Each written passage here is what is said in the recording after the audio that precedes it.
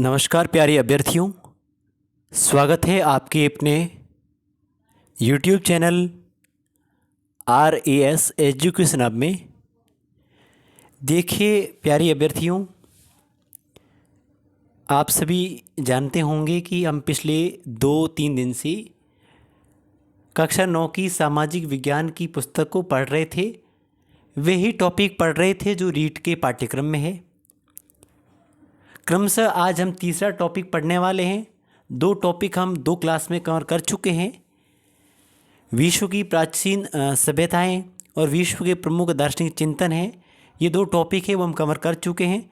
विश्व के जो प्रमुख दार्शनिक चिंतन है, इसमें तो रीट के लेवल की जो बातें छोटी मोटी वैदिक सभ्यता के दे रखी है वो हमने देख ली है, बाकी इतनी इंपॉर्टेंट बातें थी नहीं। आज का जो टॉपिक होने वाला है मित्रों, वो बहुत ही इम्पोर्टेंट है। अक्सर परीक्षाओं में यहाँ से प्रश्न निकलते हैं। पिछली जितनी भी रीट की परीक्षाएं हुई है उसमें हर एक परीक्षा में प्रश्न आया हुआ है। तो ये बहुत ही इम्पोर्टेंट टॉपिक है और आप सभी को अच्छे से इसको कवर करना होगा। तो वो टॉपिक है प्राचीन भारत और विश्व, यानी प्राचीन भारत के विश्व के जो अनेक अभी जो स्वतंत्र राष्ट्र है उनके साथ किस प्रकार के संबंध थे, अपनी जो संस्कृति थी उसका प्रचार किस प्रकार हुआ था। ठीक है, तो वो सारी चीज़ें आज के इस वीडियो में हम देखने वाले हैं। तो ये का वीडियो काफ़ी लंबा होने वाला है, काफ़ी समय लेने वाला है, क्योंकि ये यहाँ से बहुत ही महत्वपूर्ण जानकारी हमें मिलने वाली है। तो इसके सिवाय वीडियो पसंद आए तो लाइक शेयर सब्सक्राइब अपने स्वेच्छा पर निर्भर करता है, क्या करना है क्या नहीं करना आपको। ठीक है, और जो भी नए अभ्यर्थी जुड़े हुए हैं उनके पास में ये नोट्स नहीं है कक्षा 6 से 10 तक, तो डिस्क्रिप्शन में इसका लिंक दिया जा रहा है, वहाँ से आप ले सकते हैं। और जिन अभ्यर्थियों के पास में है उन्होंने कम से कम 2-3 बार पढ़ लिए होंगे, उनकी पुनरावृत्ति या रिवीजन हो जाएगा। तो बिना किसी समय गंवाए सीधे हम चले जाते हैं प्राचीन भारत और विश्व के टॉपिक पर। ठीक है, आगे चलते हैं मित्रों ना। कोई डाउट हो तो मित्रों कमेंट बॉक्स में लिख देना। ठीक है, आगे है ना, 1 मिनट। चलिए मित्रों, ये हमारा टॉपिक है प्राचीन भारत और विश्व, है ना।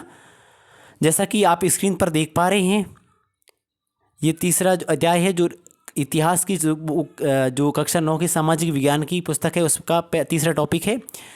तो जैसा कि लिखा हुआ है कि प्राचीन भारत की सिंधु सरस्वती सभ्यता काल से लेकर 10वीं शताब्दी ईसा तक भारत का दुनिया के दूसरे देशों से घनिष्ठ व्यापारिक और सांस्कृतिक संपर्क रहा।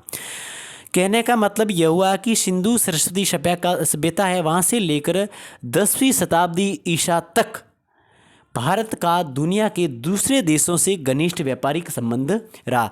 अब देखो मित्रों, व्यापारिक संबंध रहने का मतलब है हम व्यापार के लिए जाएंगे तभी तो व्यापारिक संबंध होंगे। अगर व्यापारिक संबंध बनाएंगे तो यहाँ के लोग जो भाषा शैली बोलेंगे, जो यहाँ का पहनावा पहनते हैं, तो निस्संदेह वहाँ लेके जाएंगे दूसरे राष्ट्र में, तो अपनी जो सभ्यता है संस्कृति उसका प्रचार होगा। ठीक है, तो अब देखते हैं प्राचीन समय अफगानिस्तान है, बर्मा है, मलाया, जावा, सुमात्रा, बोर्निया, बाली, संपा, हिंद चीन, Indonesia, SIAM, Cambodia, Suriname, Sri Lanka आदि भारत के ही अंग थे। इसलिए भारत को वृत्तर भारत कहा जाता था। यानी कहने का मतलब यह मित्रों कि प्राचीन काल में वृत्तर भारत क्यों कहा जाता था, क्योंकि देखो अफगानिस्तान है, बर्मा है, मलाया है, जावा है, सुमात्रा है, बोर्निया है, बाली है, संपा है, ये सारे के सारे जो आप देख पा रहे हैं वे सारे के सारे पहले भारत के ही अभिन्न अंग थे, नहीं भारत के ही अंग थे। धीरे धीरे विभाजित होते गए और अलग होते गए, लेकिन प्राचीन समय में सारे के सारे भारत के ही अंग थे। इसलिए भारत को प्राचीन समय में वृत्तर भारत कहा जाता था। वृत्तर का मतलब होता है बड़ा, संस्कृत शब्द है, इसका मतलब बड़ा यानी बड़ा भारत, जिसमें सारे के सारे ये जो आज के समय में जो स्वतंत्र राष्ट्र है वो सारे के सारे भारत के ही अंग थे। ठीक है, आगे देखते हैं। वृत्तर भारत में भारतीय संस्कृति का प्रचार के निम्न कारण है कि भारतीय संस्कृति उसका प्रचार और प्रसार के क्या कारण रहे होंगे वो भी हम देखते हैं।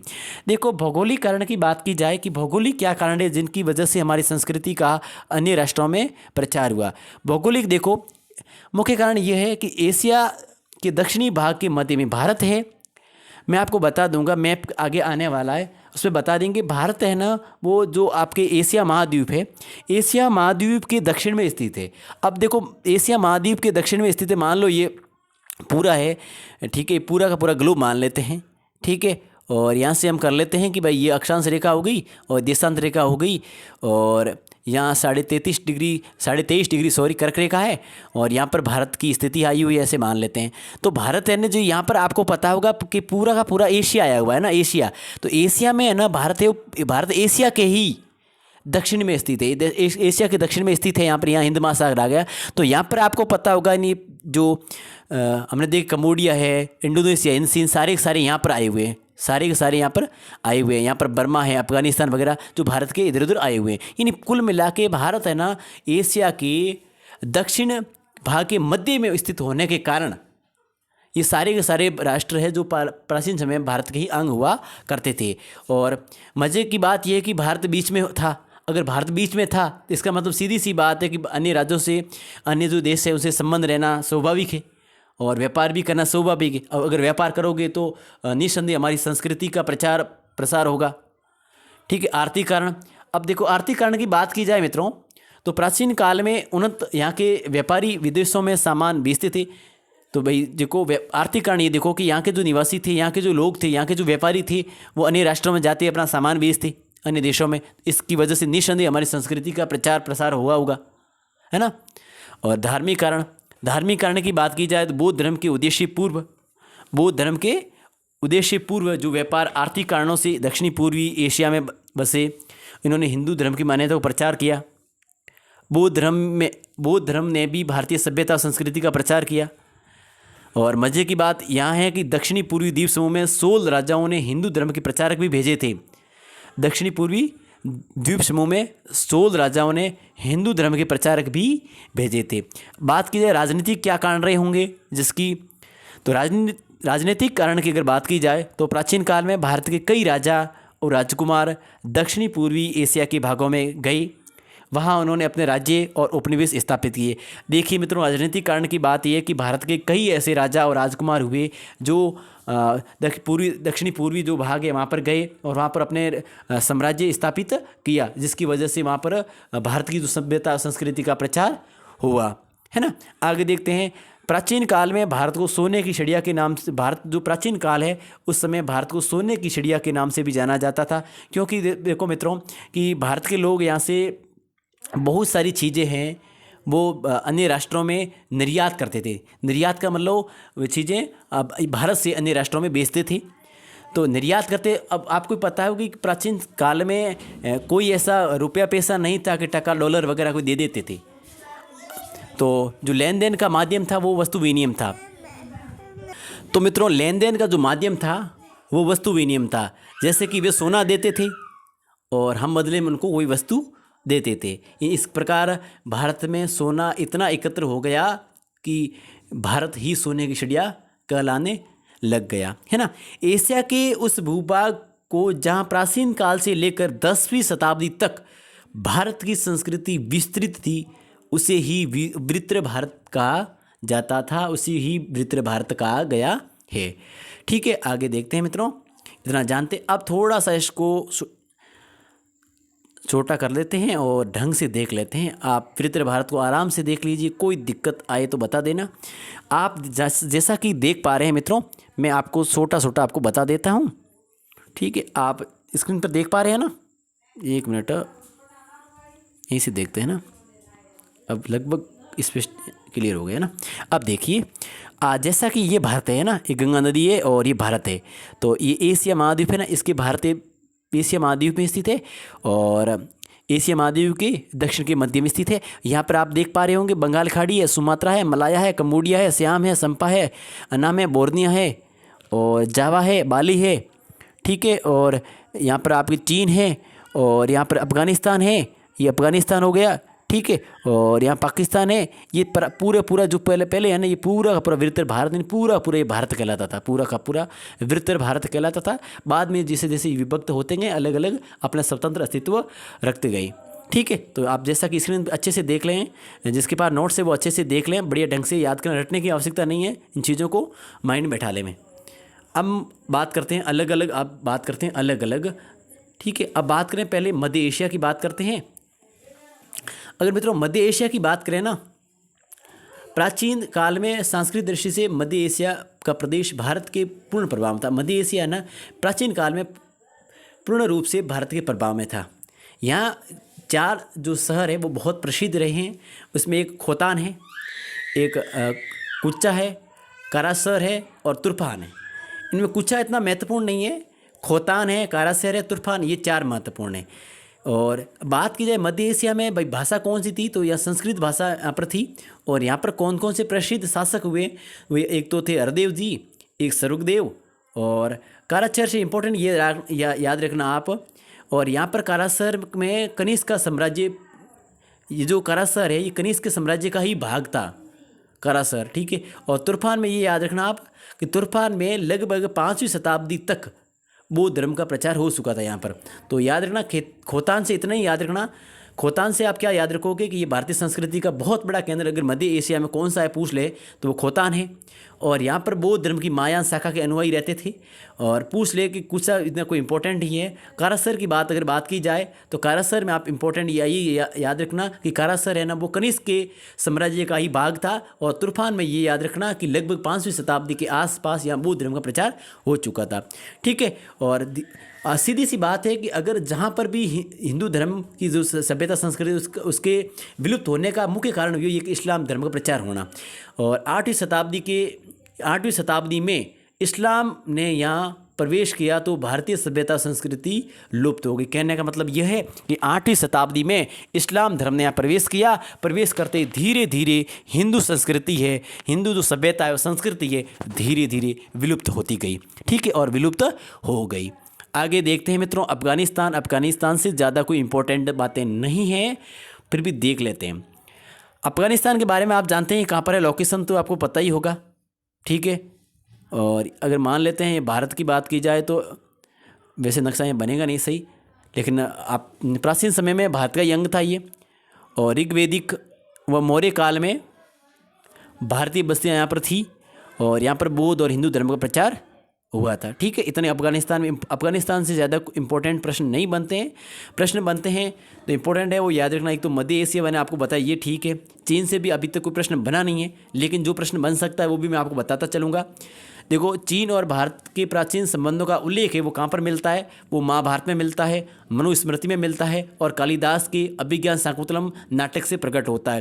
यानी कहने का मतलब ये है कि चीन और भारत के जो प्राचीन संबंध किस प्रकार के थे उसका उल्लेख या उसका उल्लेख कहाँ मिलता है, किस प्रकार मिलता है, किस बुक्स में मिलता है, तो वो आपके महाभारत में मिलता है, मनुस्मृति में मिलता है और कालिदास के अभिज्ञान शाकुंतलम के नाटक से हमें ये जानकारी मिलती है कि भारत और चीन के बीच में किस प्रकार के संबंध थे। एक मित्रों और बात थी, लगभग 65 ईसा में एक चीनी सम्राट हुआ था मिंगती। उन्होंने क्या किया था कि यहाँ से एक धर्मरत्न और मातंग दो एक बौद्ध भिक्षु थे, इनको लेकर वो मातंग और धर्मरत्न दो बौद्ध भिक्षु थे, इनको लेकर गया था मिंगती। कब लेकर गया? 65 ईसा पूर्व में। पूछ लिया जाता प्रश्न कौन कौन से थे, ये 2 नाम याद रखना। और वो चीन लेकर जाकर उन्होंने क्या किया कि वो जो ग्रंथ थे उनका चीनी में अनुवाद करवाया, चीनी में अनुवाद कराकर उनको अच्छे से उन्होंने पढ़ा था, ठीक है। और ये सभ्यता चीन से होते हुए फिर कोरिया जापान तक फैली और इतना ही इंपॉर्टेंट है। लेकिन इसके लिए इंपॉर्टेंट बात यही है, ये सारी जो चीज़ें लिखी हुई इंपॉर्टेंट है, नोट्स में जो चीज़ें लिखी हुई है सारी इंपॉर्टेंट है, एक भी फालतू की चीज़ नहीं लिखी हुई है, ठीक है। आगे देखते हैं तिब्बत के बारे में बात की जाए तो भारत के उत्तर में स्थित है, आपको पता ही होगा। तिब्बत वाला मामला चलता है, दलाई लामा भाग के आ गया है, इस प्रकार मामले आप अच्छे से जानते होंगे, ठीक है। तो तिब्बत के राजा थे नेपो, ठीक है, ने भारत से वैवाहिक संबंध स्थापित किए। कहने का मतलब ये है कि नेपो शासक था ना, उसने भारत के साथ वैवाहिक संबंध स्थापित किए, यानी वैवाहिक संबंध स्थापित किए। और यहाँ पर उन्हें संस्कृत भाषा वहाँ पर अच्छे से बोली जाती थी। और लिपि की बात की जाए तो ब्राह्मी लिपि थी, ब्राह्मी और खरोष्टी लिपि। और कई तिब्बती छात्र थे भारत में पढ़ने आया करते थे, ठीक है। आगे बात करें मित्रों श्रीलंका की। श्रीलंका के बारे में आप सभी जानते ही होंगे कि राम की पत्नी जी थी सीता जी, को भगाकर कौन लेके आया, इसके बारे में आप जानते ही होंगे, ठीक है। तो इसका संबंध प्राचीन काल में है। और श्रीलंका का उल्लेख कहाँ मिलता है? सीधी सी बात है, रामायण में मिलेगा, क्योंकि रामायण में राम की पत्नी को यही लेके भागा था रावण, जो श्रीलंका का था।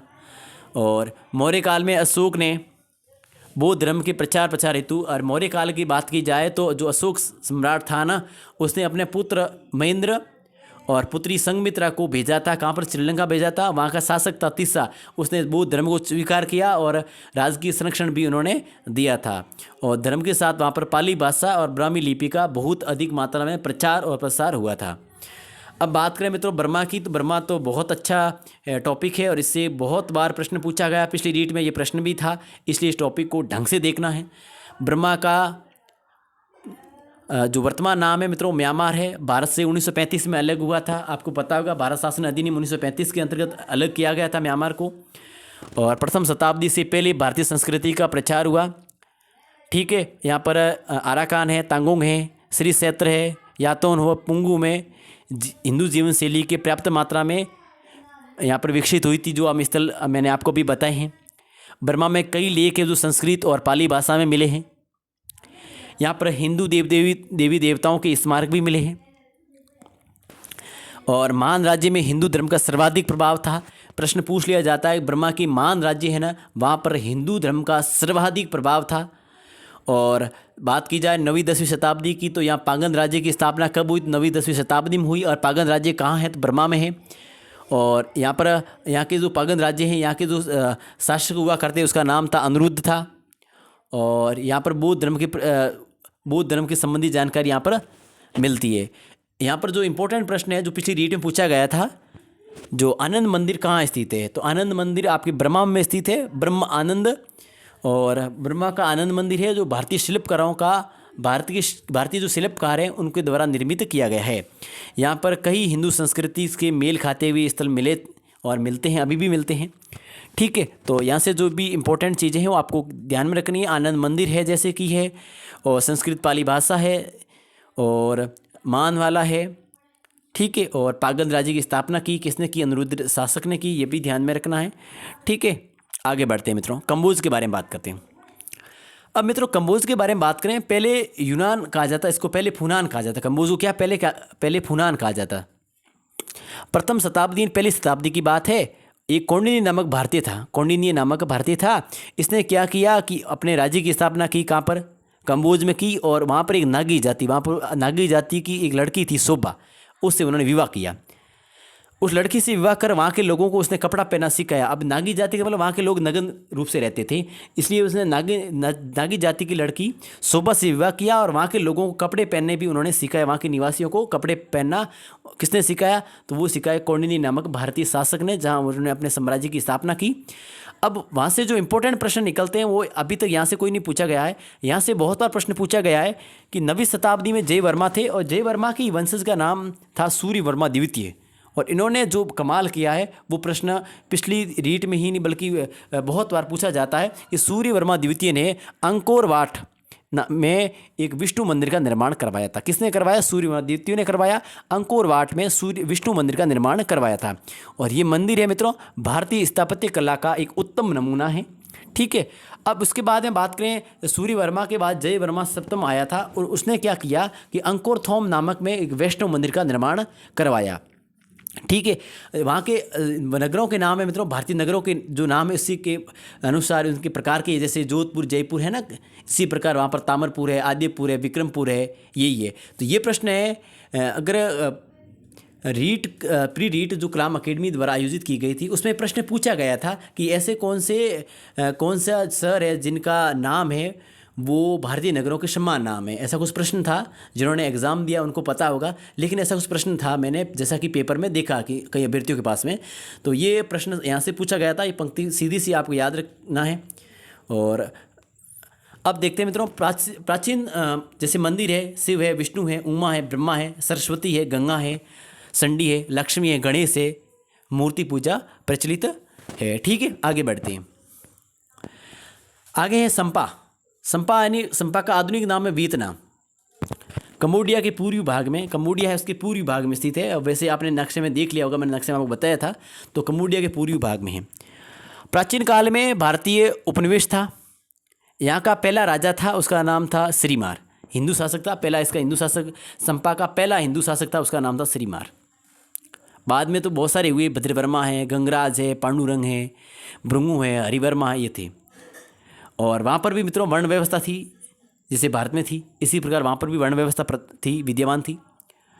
और भारत की तरह वहाँ पर भी सती प्रथा प्रचलित थी, ठीक है। और राजभाषा संस्कृत थी, भारत में भी संस्कृत थी पहले। और शैव मत का अत्यंत प्रचार था वहाँ पर, शैव मत का प्रचार था वहाँ पर। और भद्रवर्मा ने माइसन में एक मंदिर का निर्माण, भद्रवर्मा एक शासक हुए थे, उन्होंने माइसन में एक मंदिर का निर्माण करवाया, एक मंदिर का निर्माण करवाया। और संपा में बौद्ध धर्म का भी प्रचार काफ़ी हद तक फैल चुका था। वहाँ के मंदिरों में चालुक्यों की स्थापत्य शैली का अनुसरण किया गया है।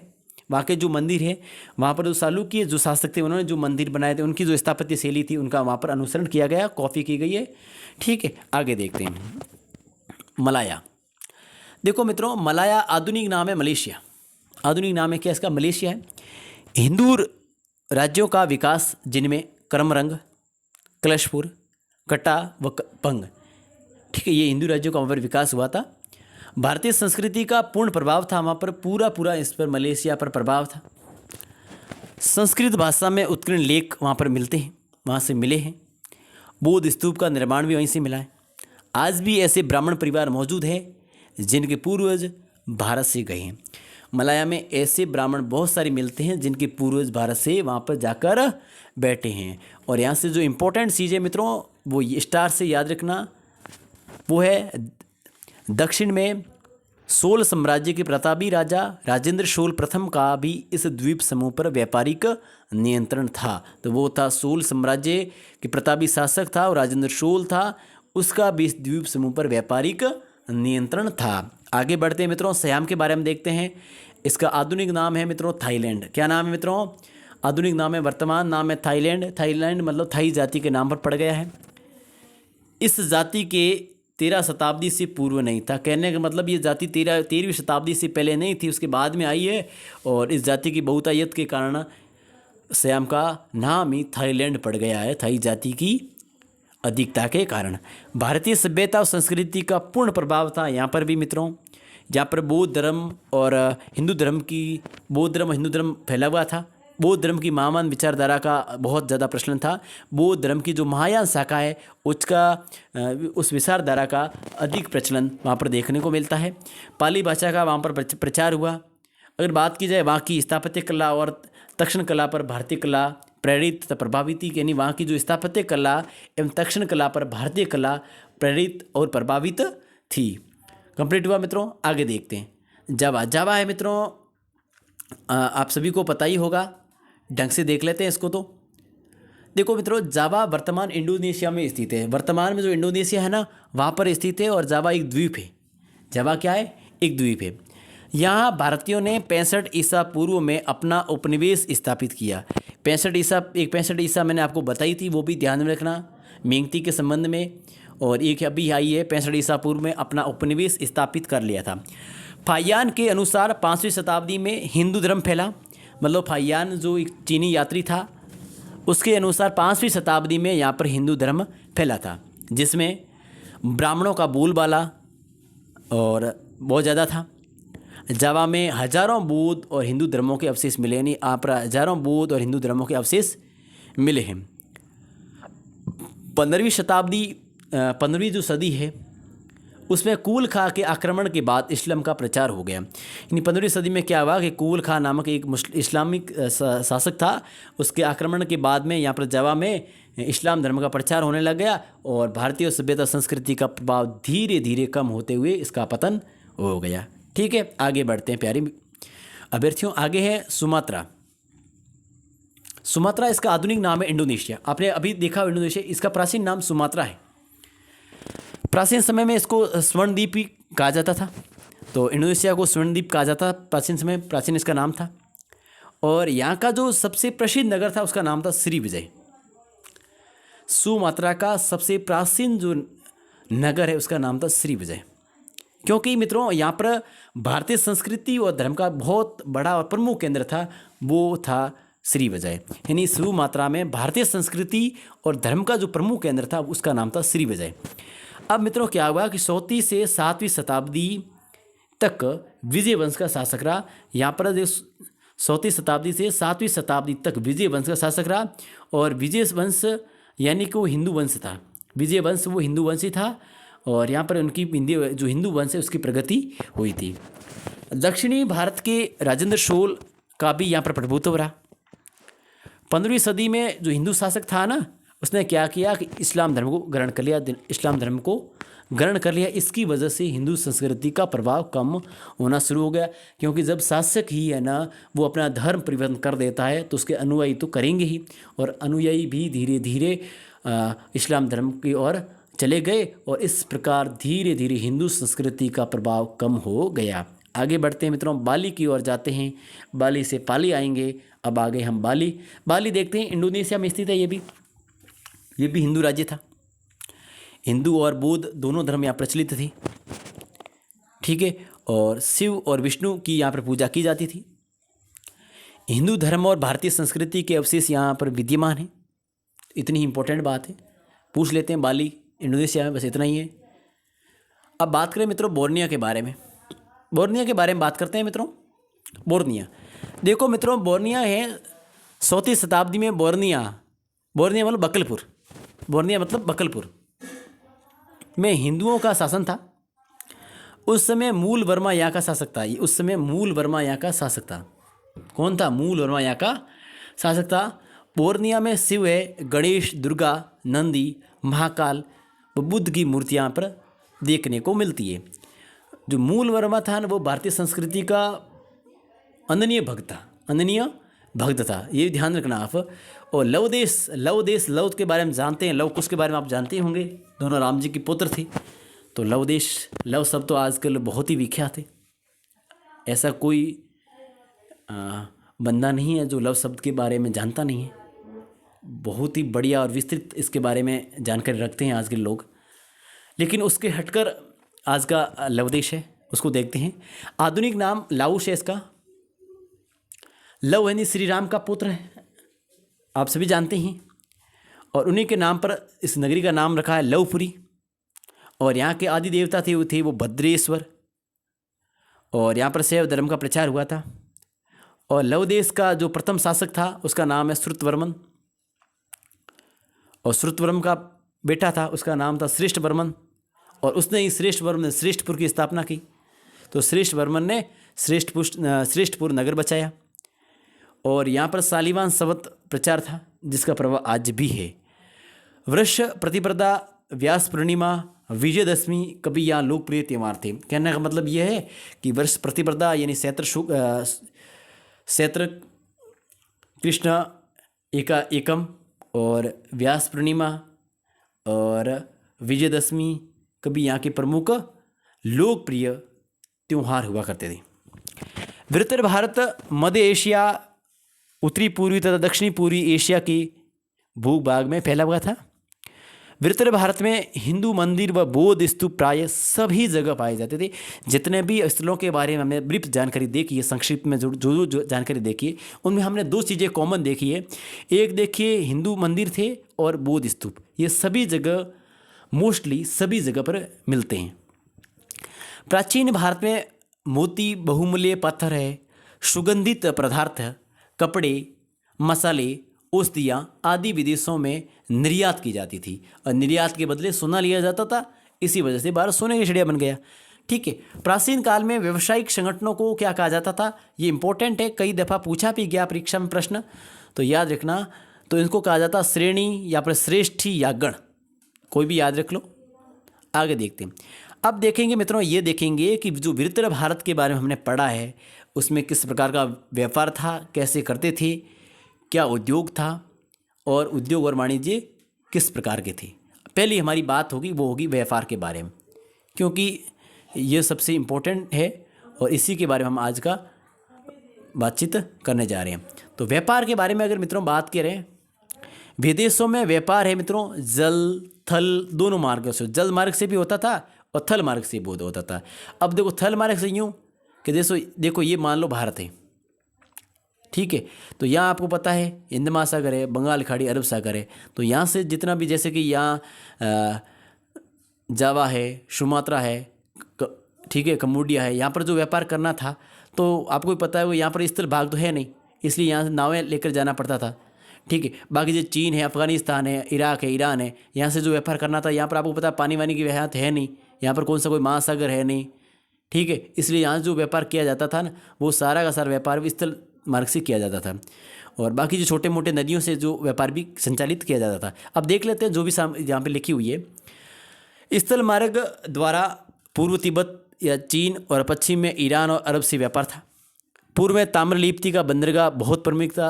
पूर्व में जो है ना, ताम्रलिप्ति का बंदरगाह बहुत ही प्रसिद्ध था। चीन है, जावा है और सुमात्रा से इनसे व्यापार होता था। चीन से रेशम, नेपाल से ऊन मंगवाई जाती थी। गंगा, ब्रह्मपुत्र, नर्मदा, गोदावरी, कृष्णा और कावेरी नदियों द्वारा जल मार्ग से भी व्यापार किया जाता था। ठीक है, आगे देखते हैं उद्योग किस प्रकार के थे। उद्योगों के बारे में, उद्योग धंधे उन्नत अवस्था में थे। भारत की शिल्पियों की धाक विश्व भर में थी, यानी भारत के जो शिल्पी थे ना, उनकी धाक विश्व भर में थी। भारत में सबसे उन्नत उद्योग था मित्रों, वो था वस्त्रों उत्पादन। यानी वस्त्रों उत्पादन यानी इसको अगर आप अलग करके पढ़ना चाहें तो वस्त्र धन उत्पादन हो गया, ठीक है। अ से उ मिलकर ओ बन गया, यानी कुल मिलाकर ये गुण संधि का उदाहरण है। वस्त्रों उत्पादन या सूती कपड़ों के व्यवसाय के लिए बनारस, वत्स, बंग और मथुरा आदि कारखाने थे, ठीक है। ये जहाँ पर बहुत अधिक मात्रा में वस्त्र का उत्पादन किया जाता था। सूती कपड़ों के अलावा यहाँ पर ऊनी और रेशमी कपड़े भी मिलते थे। अब मित्रों इंपॉर्टेंट यहाँ बात याद रखनी, चाणक्य के अर्थशास्त्र में कई प्रकार की ऊनी कमलों का उल्लेख मिलता है। जो ऊनी कमलों का उल्लेख मिलता है, मैगस्थनीज के अनुसार भारतीय लोग मलमल के बारीक वस्त्र पहनते थे। यानी मैगस्थनीज के अनुसार जो भारतीय लोग हैं वो मलमल के बारीक वस्त्र पहनते थे। मलमल के लिए बंगाल विख्यात था। और पहला व्यापार क्या था, सबसे उन्नत था वो तो वस्त्र उत्पादन, दूसरा था धातु संबंधी और तीसरा था लकड़ी। तो उद्योगों के बारे में अगर बात की जाए तो पहला था वस्त्र उत्पादन, दूसरा था धातु संबंधी और तीसरा था अपने लकड़ी संबंधित। अब देखते हैं वाणिज्य और आर्थिक संस्थाएं कैसी थी, किस प्रकार की थी, वो भी हम देख लेते हैं। प्यारे अभ्यर्थियों, प्राचीन काल में व्यापार के लिए कोई डॉलर थी नहीं, रुपया टका वगैरह नहीं थे जिसके माध्यम से लेन देन किया जा सकता है। प्राचीन समय में वस्तु विनिमय द्वारा ही एक व्यापार किया जाता था। और आपको बता दें कि बाद में फिर वस्तु विनिमय के बाद में धीरे धीरे सिक्कों का प्रचलन शुरू हुआ, जिसमें सिक्के 3 प्रकार के हमें देखने को मिलते हैं। सोने के सिक्के को निष्क कहा जाता था। इम्पोर्टेंट है मित्रों, याद रखना, सोने के सिक्के को निष्क कहा जाता था। चांदी के सिक्के को धरण और तांबे के सिक्के को मास्क और कांकणी कहा जाता था, ठीक है। और जो व्यावसायिक संगठन थे उसके बारे में मैंने आप पहले ही बता दिया था। श्रेणी है, श्रेष्ठी और गण कहा जाता था। और श्रेष्ठी या श्रेणी है, गण के अध्यक्ष है, उसको मुखिया कहा जाता था, ठीक है। प्राचीन भारत की कलाओं के बारे में बात की जाए मित्रों, भारत की स्थापत्य कला के स्मारक 4 रूपों में मिलते हैं।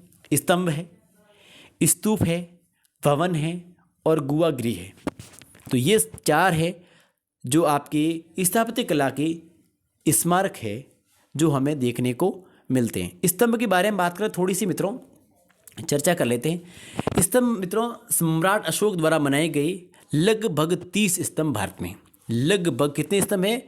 30 स्तंभ है जो भारत में। ये स्तंभ भारत की स्थापत्य कला के सर्वोत्तम प्रतिनिधि हैं। ये स्तंभ पत्थर के शुंडाकार, हाथी के शुंड के आकार के, किंतु ऊपर से पतले व नीचे की ओर मोटे हैं। स्तंभों में सारनाथ का पाषाण स्तंभ सबसे अधिक व सुंदर है, तो ये थोड़ा ध्यान में रखना, इतना ही आपके लिए इम्पोर्टेंट है। आगे देखते हैं स्तूप और भवन किस प्रकार के थे। देखो, ईंटों व पत्थर के टीले, श्रीदर्श एक घुमावदार स्मारक थी। भारत के भोपाल मध्य प्रदेश निकट सांची का स्तूप सबसे अधिक और सबसे प्रसिद्ध स्थल है। तो ये थोड़ा ध्यान रखना आप, इम्पोर्टेंट है परीक्षा के पॉइंट ऑफ व्यू से। सांची का स्तूप है वो थोड़ा ध्यान रखना, मध्य प्रदेश के भोपाल में है, ठीक है, और सबसे अधिक प्रसिद्ध है।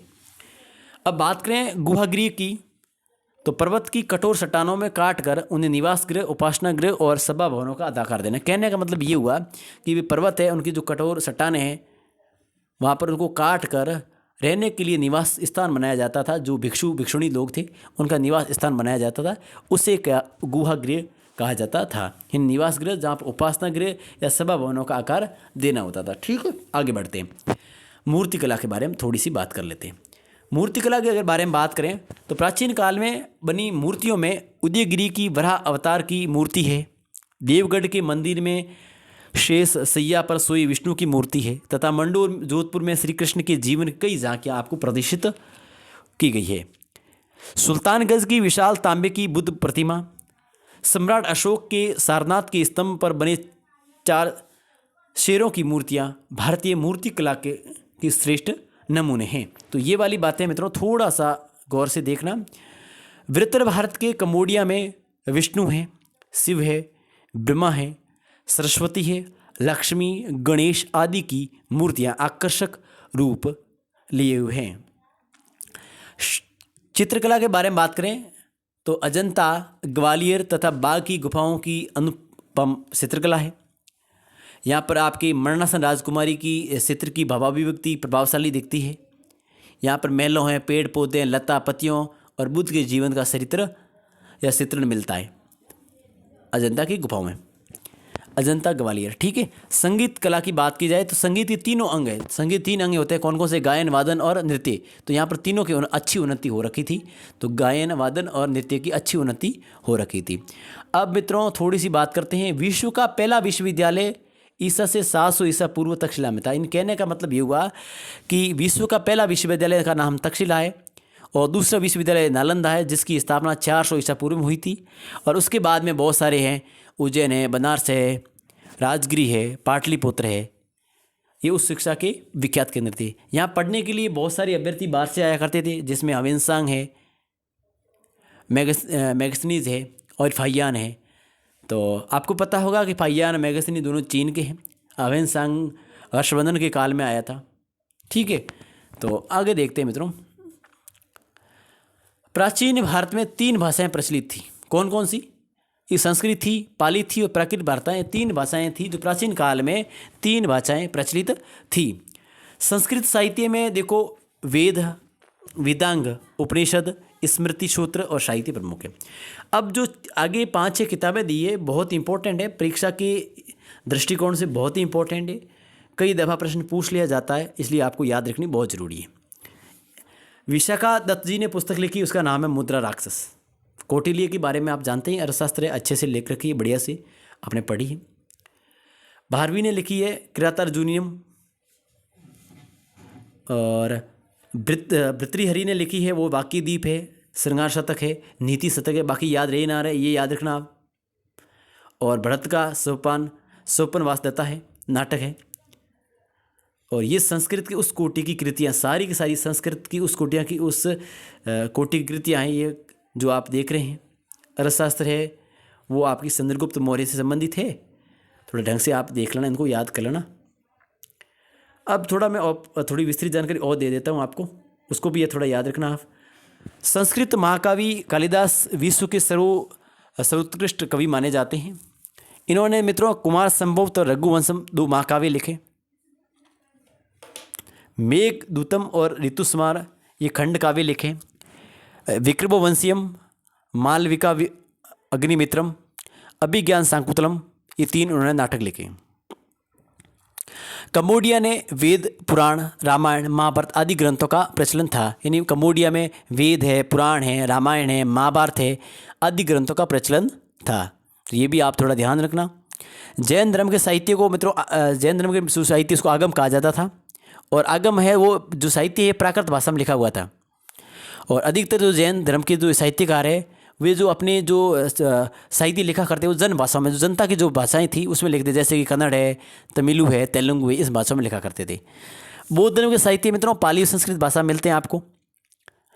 और बौद्ध धर्म में देखो विनय पिटक है, सूत पिटक है, अभिधम पिटक है, अवदान शतक है, दिव्यदान है, मंजूश्री, मूल कल्प है, बुद्ध चरित्र और जातक कथा साहित्य प्रमुख है। तो मैं आपको बता दूं कि कलाम आपके जो कलाम द्वारा जो प्री रीड का आयोजन किया था ना, उसमें 2 प्रश्न इस टॉपिक से आए थे। एक तो ये आया था कि जो आपके विनय पिटक के संबंधित था उसका उत्तर था। दूसरा आपके आया था, मैंने आपको पहले बता दिया था कि ऐसे कौन सा जो प्राचीन उत्तर भारत में जो स्थल था जिनके नगरों के नाम भारत के नगरों की तरह है, कंबोडिया था। तो ये 2 प्रश्न आपके वहाँ से आए थे, इसी टॉपिक से आए थे। आगे हैं 1600 वर्ष से दिल्ली में स्थित लौह स्तंभ तकनीकी दृष्टि से समृद्ध है, जो बिना किसी जंग खाए खड़ा हुआ है। लौह स्तंभ के बारे में बात करें तो ये कुतुब मीनार दिल्ली में आपके स्थित है। 24 फीट लंबा है और 180 मण वजन का है। अगर बात करें शून्य का आविष्कार भारत में ही हुआ, 5वीं शताब्दी हुआ, आर्यभट्ट ने किया, और इसके साथ ही इसने दशमलव प्रणाली का भी आविष्कार किया। घनात्मक संख्याओं को, घनात्मक जो संख्या है उसको अगर आप शून्य से भाग देने पर हमेशा अनंत आता है। इसका ज्ञान आपके दिया है भास्कराचार्य ने। और भास्कराचार्य जी की जो इंपॉर्टेंट बातें याद रखनी, वो लीलावती और सिद्धांत शिरोमणि 2 ग्रंथ लिखे, ये बहुत इंपॉर्टेंट है, ये याद रखना। 2700 ईसा पूर्व में पाइथागोरस प्रमेय का प्रतिपादन बुधायन ने किया था। 2700 में पाइथागोरस प्रमेय इसका जो प्रतिपादन बुधायन ने किया था, और इसको सीती प्रमेय के नाम से भी जाना जाता है। और आयुर्वेद विश्व की सबसे प्राचीन चिकित्सा पद्धति के बारे में बात करें तो आयुर्वेद है, और इसके जनक है वो धन्वंतरी है। नागार्जुन ने रस चिकित्सा प्रणाली का आविष्कार किया, और सुश्रुत जो विश्व के प्रथम सर्जन माने जाते हैं। भारत की स्थापत्य कला के स्मारक मैंने आपको बता दी 4 है, स्तंभ है, स्तूप है, मंदिर है, गुहागृह है। उत्तर भारत में बौद्ध धर्म और मुस्लिम धर्म के प्रचार के कारण भारतीय संस्कृति का प्रसार धीरे धीरे कम हुआ। आगे देखते हैं मित्रों, इंपॉर्टेंट प्रश्न देखते हैं। देखो, मैंने आपको बताया था निष्क सोने का सिक्का होता था।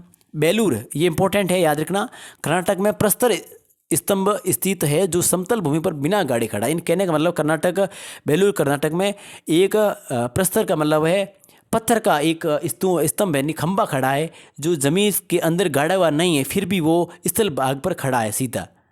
वो कहाँ पर है? बेलूर कर्नाटक में। अंकोर वाट के मंदिर है, वो कंबोडिया में स्थित है। और वियतनाम का प्राचीन नाम मित्रों संपा है। और उत्तर भारत के कंबोज क्षेत्र में नगरों के नाम भारतीय नगरों की तरह थे। इंपॉर्टेंट प्रश्न है, आपके कलाम अकेडमी द्वारा प्री रीड के जो प्रश्न पत्र है उसमें सीधा सीधा ये प्रश्न पूछा गया था। व्यावसायिक संगठनों को श्रेणी या गण कहा जाता है। विश्व का पहला विश्वविद्यालय तक्षशिला है। उसके बाद में आपने नालंदा वगैरह देखा होगा, हमने बताया ऊपर, ठीक है आपको। पहले लौह स्तंभ कुतुब मीनार दिल्ली में स्थित है। और पाई का यथार्थमान आर्यभट्ट ने दिया था 5वीं। और चिति प्रमेय का प्रतिपादन बोधायन ने किया, ये बहुत बड़े गणितज्ञ थे। सूर्य और चंद्रग्रहण के कारणों का सर्वप्रथम स्पष्टीकरण आर्यभट्ट ने दिया। विश्व की सबसे प्राचीन पद्धति है वो आयुर्वेद है। विश्व का प्रथम सर्जन है मित्रों सुश्रुत को माना जाता है। और थाईलैंड का प्राचीन नाम श्याम था। भारत के प्रमुख 2 खगोल शास्त्रों के नाम आपको 2 ही पूछे हैं, बल्कि वराहमिहिर है, कणाद है, नागार्जुन है और वाग्भट है। तो ये आपके 4 नाम हो गए। तो यहाँ तक अपना मित्रों हिस्ट्री का तीसरा टॉपिक कंप्लीट होता है। वीडियो काफ़ी लंबा हो गया है, लेकिन पूर्णतः टॉपिक कवर हो गया है। अगले जो हमारा क्लास रहेगी उसमें हम देखेंगे सामाजिक सुधार और धार्मिक पुनर्जागरण। इसमें हम पढ़ेंगे अच्छे से ढंग से दयाराम, इसमें आपके राजा राम मोहन राय है, दयानंद सरस्वती है, स्वामी विवेकानंद है। तो अक्सर यहाँ से प्रश्न पूछे जाते हैं, गोविंद गुरु है। तो यहाँ से प्रश्न पूछे जाते हैं, प्रश्न पिछली बार भी आए थे, तो हम आराम से इसको देखेंगे, ठीक है। तो इसी के साथ कोई अगर आपका डाउट रहता तो कमेंट बॉक्स में लिख दीजिए। मेरे से कोई त्रुटि हो जाती तो बता देना। धन्यवाद।